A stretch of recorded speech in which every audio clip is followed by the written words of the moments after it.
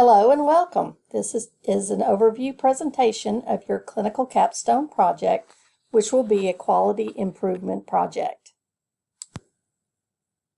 The clinical capstone project will begin in Module 2, which is week 2 of this course.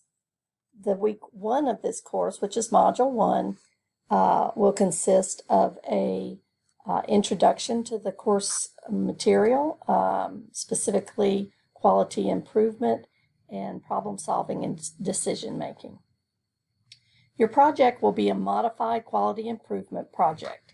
As you may know, quality improvement is an effective way to improve care, and there are always ways and opportunities to make changes and improve care.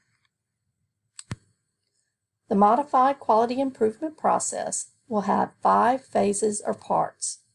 These parts consist of identifying a problem or concern in your clinical environment, defining the project aim and measures, reviewing the literature related to the problem and the potential solutions of the problem, proposing a plan for change, and creating an evaluation plan to determine the impact of that change. In the final module, Module 7, you will record a professional oral presentation with a PowerPoint presenting your project. In Module 2, the project begins. So in Module 2, you will identify a problem or a concern in your clinical environment with the help of your lead mentor. Most nurses can very rapidly think of a problem or concern that they have in clinical. But what we'd like you to do is brainstorm about the problems that are affecting your clinical unit, and you will do this with your mentor. So it's very important that you schedule an ongoing appointment with your mentor each week. Problems can be related to process. Problems can be related to lack of education of the staff, procedures that they may be unfamiliar with, processes that they are not implementing correctly. Other problems could be ineffective implementation of bundled interventions that you have implemented on your unit. Problems could be related to staff issues, communication issues. There are multiple problems that occur in healthcare, and I'm sure you won't have any trouble identifying a problem. One example that a former student used as their problem was ineffective throughput in the ED department, the emergency department, measured in time. So that was the problem statement that he wrote. Next is Module 3. The first thing you will do in Module 3 is you will reaffirm your problem. At this time, you have the opportunity to change or to narrow the focus of your problem. For example, if your problem is nurse burnout, and you begin to investigate that problem and you realize that the nurse burnout is mainly due or mainly caused by the staffing ratio, then you may want to change your problem to the patient to staff ratio as being ineffective or leading to nurse burnout. And then the next thing you would do, or the primary thing that you will do in this module, is you will determine the aims and measures for the project. What are aims? Basically, they are the overall goals for your project, written in measurable terms. As nurses, you should be very familiar with this when you wrote your goals for your nursing care plan. These are outcome statement written in measurable terms. So it's very similar to what you're going to be doing with aims. For the problem of ineffective throughput through the emergency department, these are some sample aims. Transferring 100% of patients from the ED to an inpatient bed within 1 hour of the decision to admit. Another aim may be written as increase time of throughput by 10% of ED admissions by 30 minutes by June 2020. So it has a time frame added to it. These are some sample aims related to the problem that we've been talking about. Next, you will determine your project measures. Measures tell you whether the change you made will actually lead to improvement. Most QI projects have 2 to 3 quality measures. For this project, you will be required to write outcome measures, process measures, and balancing measures. And also, many of your projects may have national quality measures that you can include. You can look on your Joint Commission website to determine if there are any quality measures that you may need to include and address your project problem.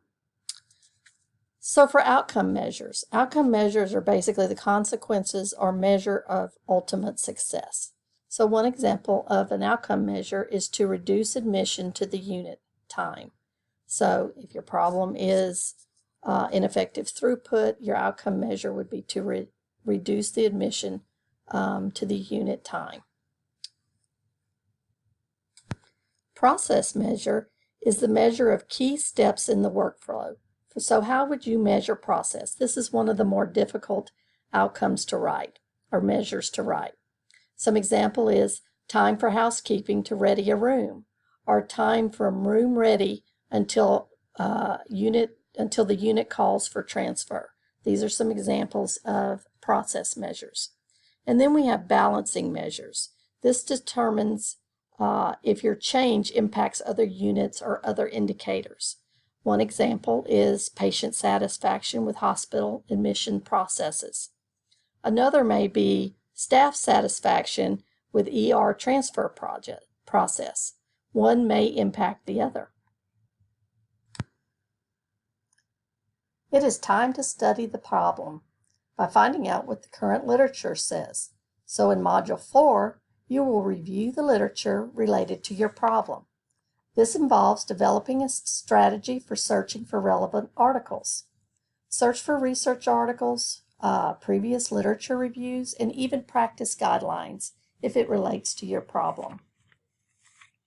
Next, you will collect and read the articles and select a minimum of 8 articles of those that are most pertinent to your problem or to the solutions of your problem. You can have more than 8 articles for this literature review. As you read the articles, look for the main ideas and concepts related to your topic. What are the areas of agreement and disagreements? What are the common themes that you notice as you review your articles? As you begin to write your paper, you will begin with the title page, and then you will move on to the body of your paper. In the body of your paper, you will begin with an introduction, and in the introduction, you will introduce your problem and your problem topic. You must remember that this is not an annotated bibliography. You will divide your literature into themes, and this will make up the body of your paper. Of course, you will also end with a conclusion which will summarize the topics and the significance of the topic as it relates to the literature. And lastly, you will have a reference page, which must include all the articles that are referenced within the paper in your in-text citations.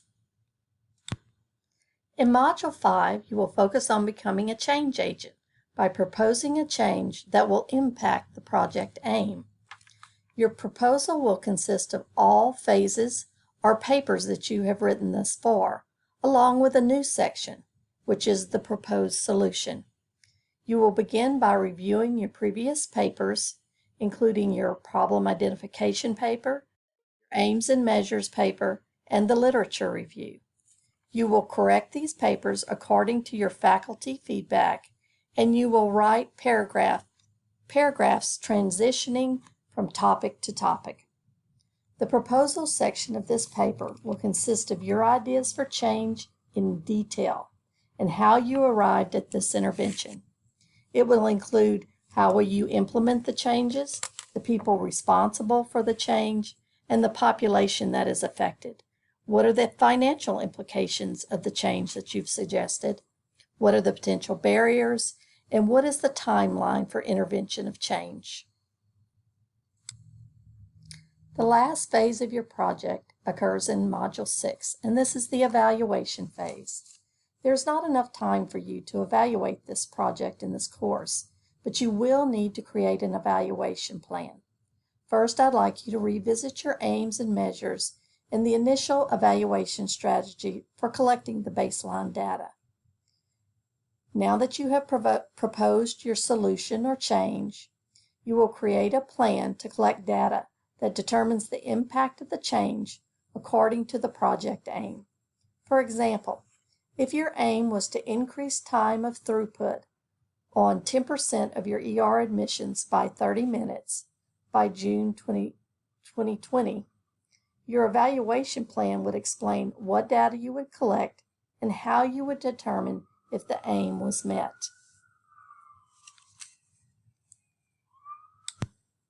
The last week of class is Module 7, and in Module 7 you will present your project in a professional presentation.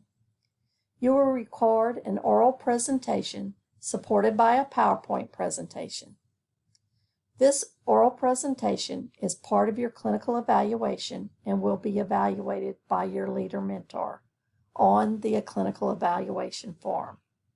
It will also be submitted, your recording will be submitted for a grade.